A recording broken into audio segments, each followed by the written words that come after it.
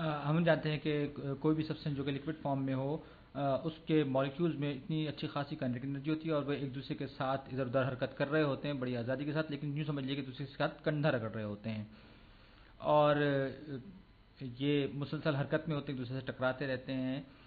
और एक दूसरे यूँ समझ लीजिए कंधा रगड़ते हुए चल रहे होते हैं, लेकिन फिर भी इनकी हरकत खासी इतनी तेज़ नहीं होती, खासी कम होती है। और ये कि अगर हम इन मॉलिक्यूल्स को कुछ अच्छी खासी इनकी काइनेटिक एनर्जी बढ़ा दें तो क्या होगा, तो फिर ये होगा अगर हम इनकी एवरेज काइनेटिक एनर्जी बढ़ा दें, बेसिकली हम उनका ज़ाहिर बात है टेम्परेचर बढ़ा रहे होंगे, तो होगा क्या, होगा ये कि ये मॉलिक्यूल्स जो कि आपस में एक दूसरे के करीब रहना चाह रहे थे, इनके दरमियान इंटरमॉलिक्यूलर फोर्सेस थी, ये ख़त्म हो जाएंगी, ये इस पर काबू पा लेंगे अपनी काइनेटिक एनर्जी की वजह से, और ये बड़ी आज़ादी के साथ गैस की फॉर्म में या गैस की हालत में आकर इधर उधर बड़ी आज़ादी से मूव करना शुरू कर देंगे और कंटेनर की शेप ले लेंगे। तो अब जो दिलचस्पी वाली बात है कि टेम्परेचर जो है वो एवरेज काइनेटिक एनर्जी है। एवरेज काइनेटिक एनर्जी, इसका मतलब क्या हुआ, इसका मतलब ये हुआ कि सारे के सारे मॉलिक्यूल्स की काइनेटिक एनर्जी एक जैसी नहीं है। जी हाँ, हम ये बात कह सकते हैं और ये बात बिल्कुल सही भी है। इसकी कुछ कम होगी, किसी की कुछ ज़्यादा होगी, ये बिल्कुल ब्लेयर्ड बॉल्स की तरह से हैं। ये कुछ ज़्यादा तेज़ी से हरकत कर रहा है, ये कम, इसकी कम काइनेटिक एनर्जी है, इसकी ज़्यादा काइनेटिक एनर्जी है। तो ये बिल्कुल एक बहुत बड़ा ह्यूज डिस्ट्रीब्यूशन होगा काइनेटिक एनर्जी का, ये पूरा का पूरा जो कंटेनर जिसमें लिक्विड जो भी हमारे पास है। और ये मॉलिक्यूल्स, ये जो सरफेस पर हैं, ये वो हैं जो कि सबसे पहले होंगे जो एवापोरेट होंगे या वेपराइज होंगे या इसकी सरफेस को छोड़कर बाहर जाने की कोशिश करेंगे, एटलीस्ट ख्वाहिश रखेंगे इस चीज़ की। तो चलिए मैं इसको समझाने के लिए एक ये फिगर ड्रॉ करता हूँ, ये ग्राफ में ड्रॉ कर रहा हूँ। ये अगरचे ये स्टैटिस्टिक्स में ग्राफ आप बनाते हैं, ये मैंने एक्स एक्सिस पर काइनेटिक एनर्जी ली और यहाँ पर ये रिलेटिव कंसंट्रेशन की मैं बात इनको ले रहा हूँ वाई एक्सिस पे। तो ये सिर्फ आपको एक आइडिया देने के लिए, कोई बहुत ज़्यादा एग्जैक्ट चीज़ नहीं है। तो टेम्परेचर का मैंने बताया कि एवरेज काइनेटिक एनर्जी होता है, तो ये हमारा रेड लाइन जो डॉटेड लाइन मैंने ड्रॉ की है, ये टेम्परेचर है जो कि एवरेज काइनेटिक एनर्जी है। लेकिन कुछ मॉलिक्यूल्स की काइनेटिक एनर्जी कम होगी, ज़्यादातर की उसके करीब तर होगी उस टेम्परेचर के, और कुछ की काइनेटिक एनर्जी उससे ज़्यादा भी होगी। तो लेकिन वो बहुत कम होंगे, और जैसे जैसे हम आगे बढ़ते जाएंगे मॉलिक्यूल्स की काइनेटिक एनर्जी जो कि ज़्यादा वाले होंगे वो कम से कम तादाद होती जाएगी, और कम काइनेटिक एनर्जी वाले भी इसी तरह कम होंगे। ज़्यादा जो मॉलिक्यूल्स होंगे वो इस एवरेज काइनेटिक एनर्जी के आसपास कहीं होंगे। तो किसी भी ख़ास वक्त पर ये जो मॉलिक्यूल्स हैं ये मौजूद होंगे जिनकी काइनेटिक एनर्जी ज़्यादा होगी और इनकी जो मोमेंटम है वो भी ज़्यादा होगा। तो अब सवाल ये है कि वो जो मॉलिक्यूल्स जिनको फरार होना है उसकी कितनी काइनेटिक एनर्जी होनी चाहिए। तो फर्ज कर लीजिए कि ये मैं यहाँ पर एक और डॉटेड लाइन ड्रॉ कर रहा हूँ जो ये जाहिर कर रही है कि ये एस्केप एनर्जी या ये सरफेस से एस्केप करने की वो काइनेटिक एनर्जी है कि जिसको हासिल करने के बाद ये इस पर पहुँच जाएंगे। लेकिन सरफेस से फरार होने के लिए इनको ज़रूरी होगा कि ये एक दूसरे से टकराते हुए या तो दूसरे को, सरफेस वाले को अपनी काइनेटिक एनर्जी दे दें या खुद वहाँ तक पहुँच जाएं, ताकि वो उस हवा जो कि इंटरफेस है बिल्कुल इसका, ये हवा है बाहर, इस इंटरफेस पर आ जाए जिसको हम सरफेस कहते हैं। और ये हवा भी अपना प्रेशर डाल रही है और ये इसको कोशिश कर रही है अपना प्रेशर डाल के कि ये फरार ना हो, लेकिन ये काइनेटिक एनर्जी कुछ में इतनी ज़्यादा हो जाएगी कि ये कुछ ना कुछ इसमें से जो मॉलिक्यूल्स हैं या पार्टिकल्स हैं वो बहरहाल फरार करने होने के इस सरफेस से काबिल हो जाएंगे, यानी कि वेपराइज होने के काबिल हो जाएंगे, गैस में तब्दील होने के काबिल हो जाएंगे। जी हाँ, बिल्कुल ऐसा ही होगा और ये किसी भी वक्त किसी भी टेम्परेचर पे होगा, इसके लिए इसका उबलना ज़रूरी नहीं है। तो ये मॉलिक्यूल्स, इनका जो बाहर भागेंगे, इनके प्रोसेस को हम कहते हैं एवापोरेशन। और कोई भी लिक्विड, चाहे वो वाटर हो या कोई और सा लिक्विड भी हो, वो किसी भी टेम्परेचर पर अगर लिक्विड फॉर्म में है तो वो वेपराइज होता है, यानी कि उसके मॉलिक्यूल्स जो हैं वो, अगर आप उसको बॉयल नहीं कर रहे तब भी ये प्रोसेस होगा। ये मैं आपको याद दिलाता चलूँ तो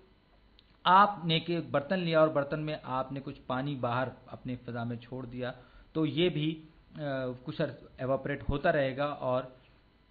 होगा क्या, होगा ये कि आपने फ़र्ज़ कर लीजिए ये एक पानी से भरा हुआ एक बर्तन आपने बाहर रखा, तो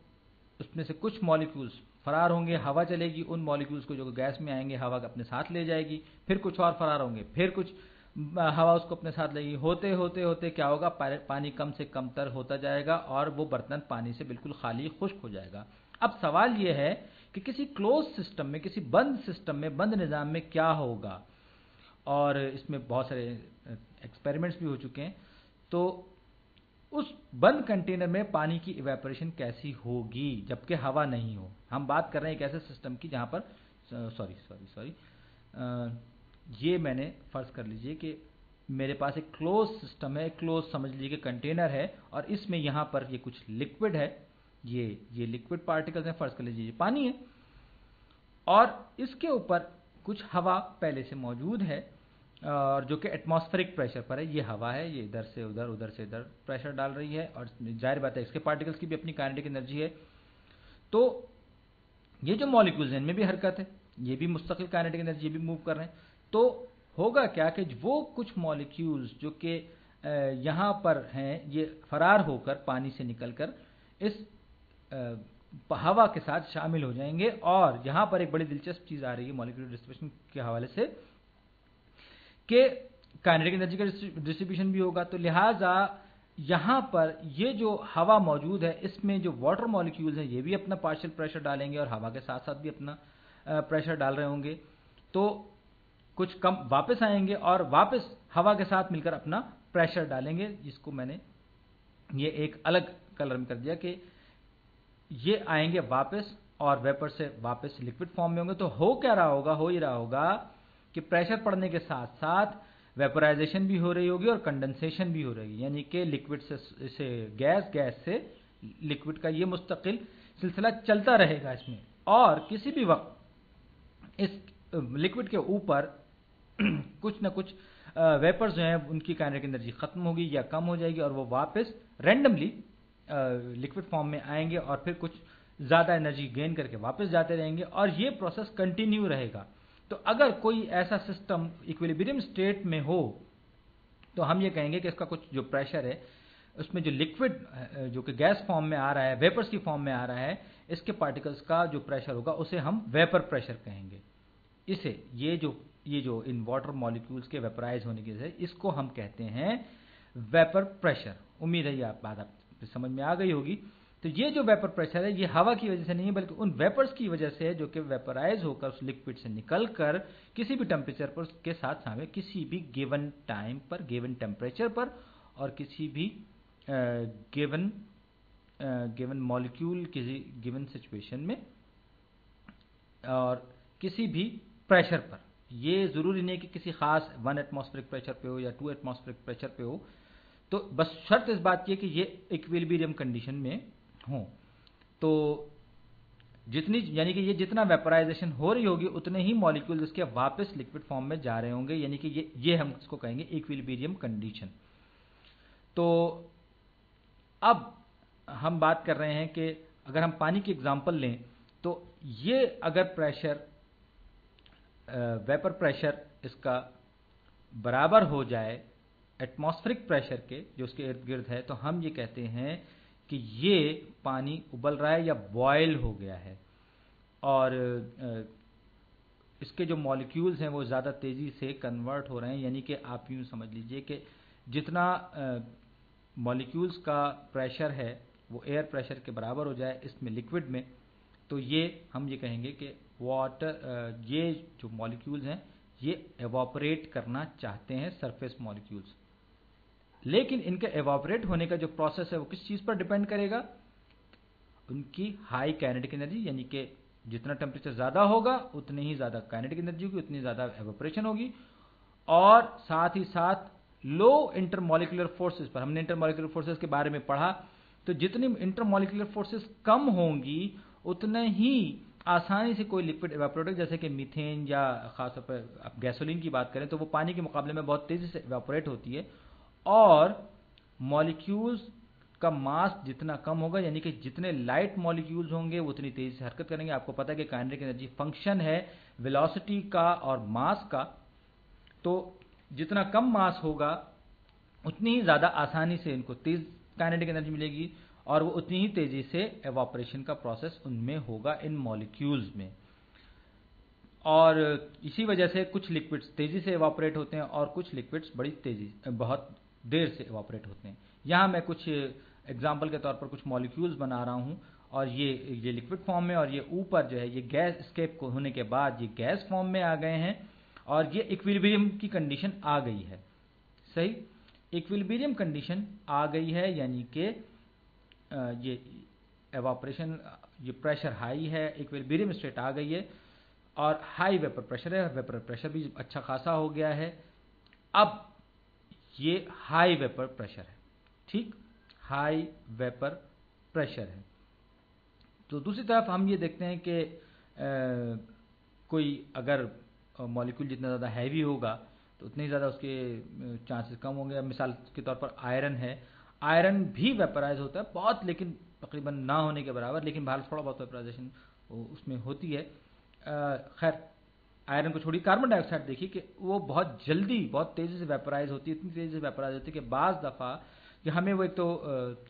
गैस फॉर्म में मिलती है और जब हम इसे ठंडा करते हैं तो वो अमूमन हाई प्रेशर वेपर प्रेशर पर बहुत तेज़ी से डायरेक्टली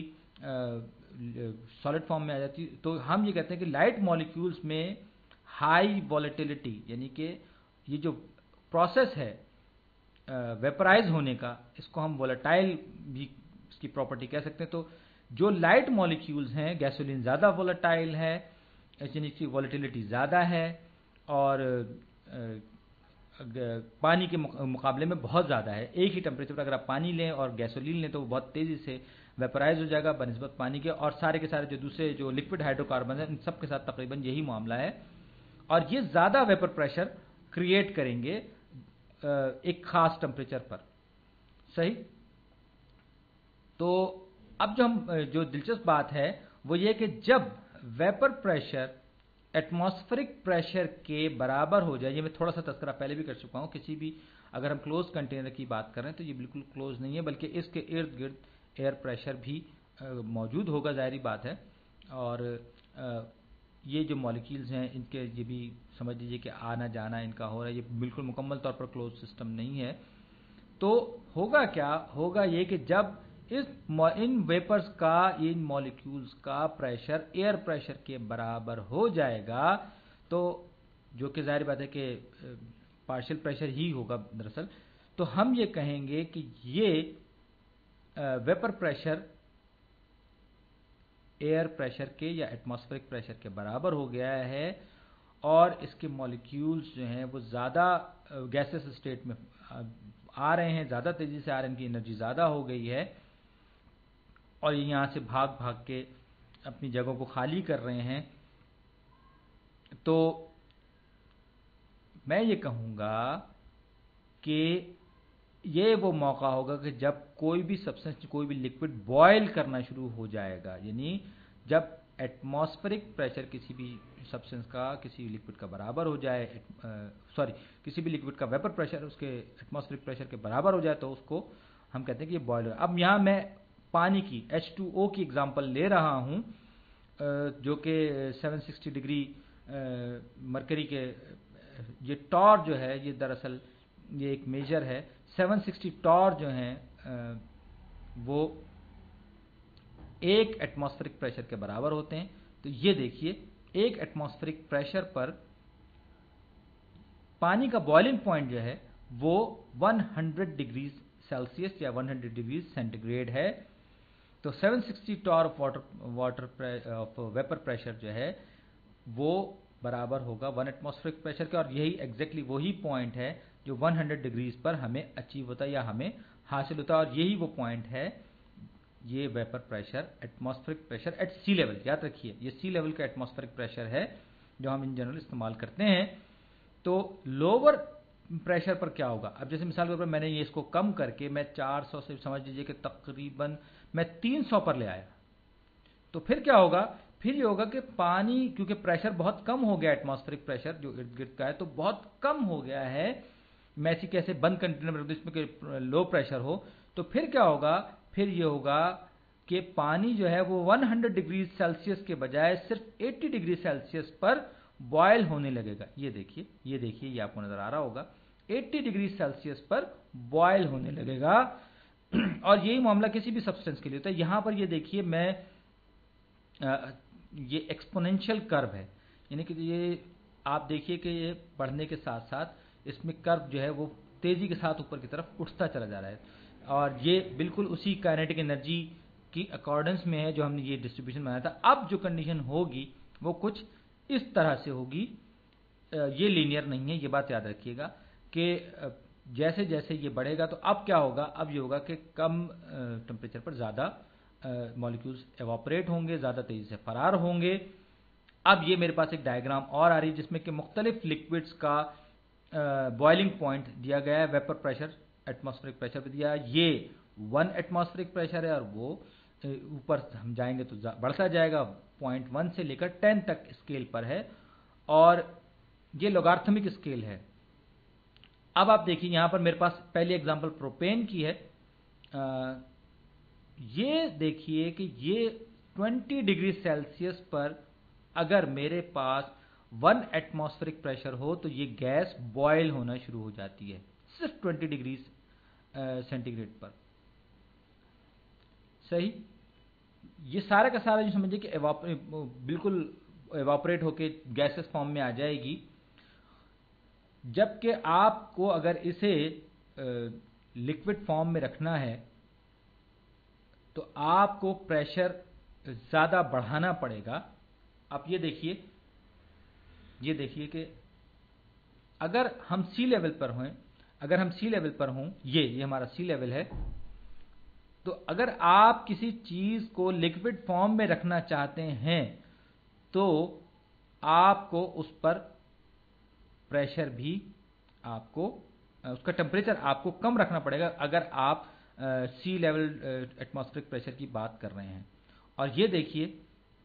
ये जो ब्लू सब्सटेंस है, मुझे इसका नाम समझ में नहीं आया, तो ये जो है ये -20 डिग्रीज पर मैं इसे अगर 1 एटमॉस्फेरिक प्रेशर रखूं तो इस सब्सटेंस को, जो कि ये मीथेन है, तो ये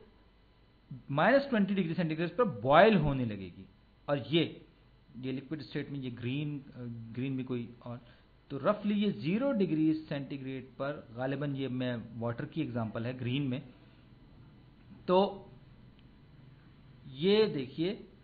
यहाँ पर मेरे पास ये सिर्फ एक एग्जांपल है, मुझे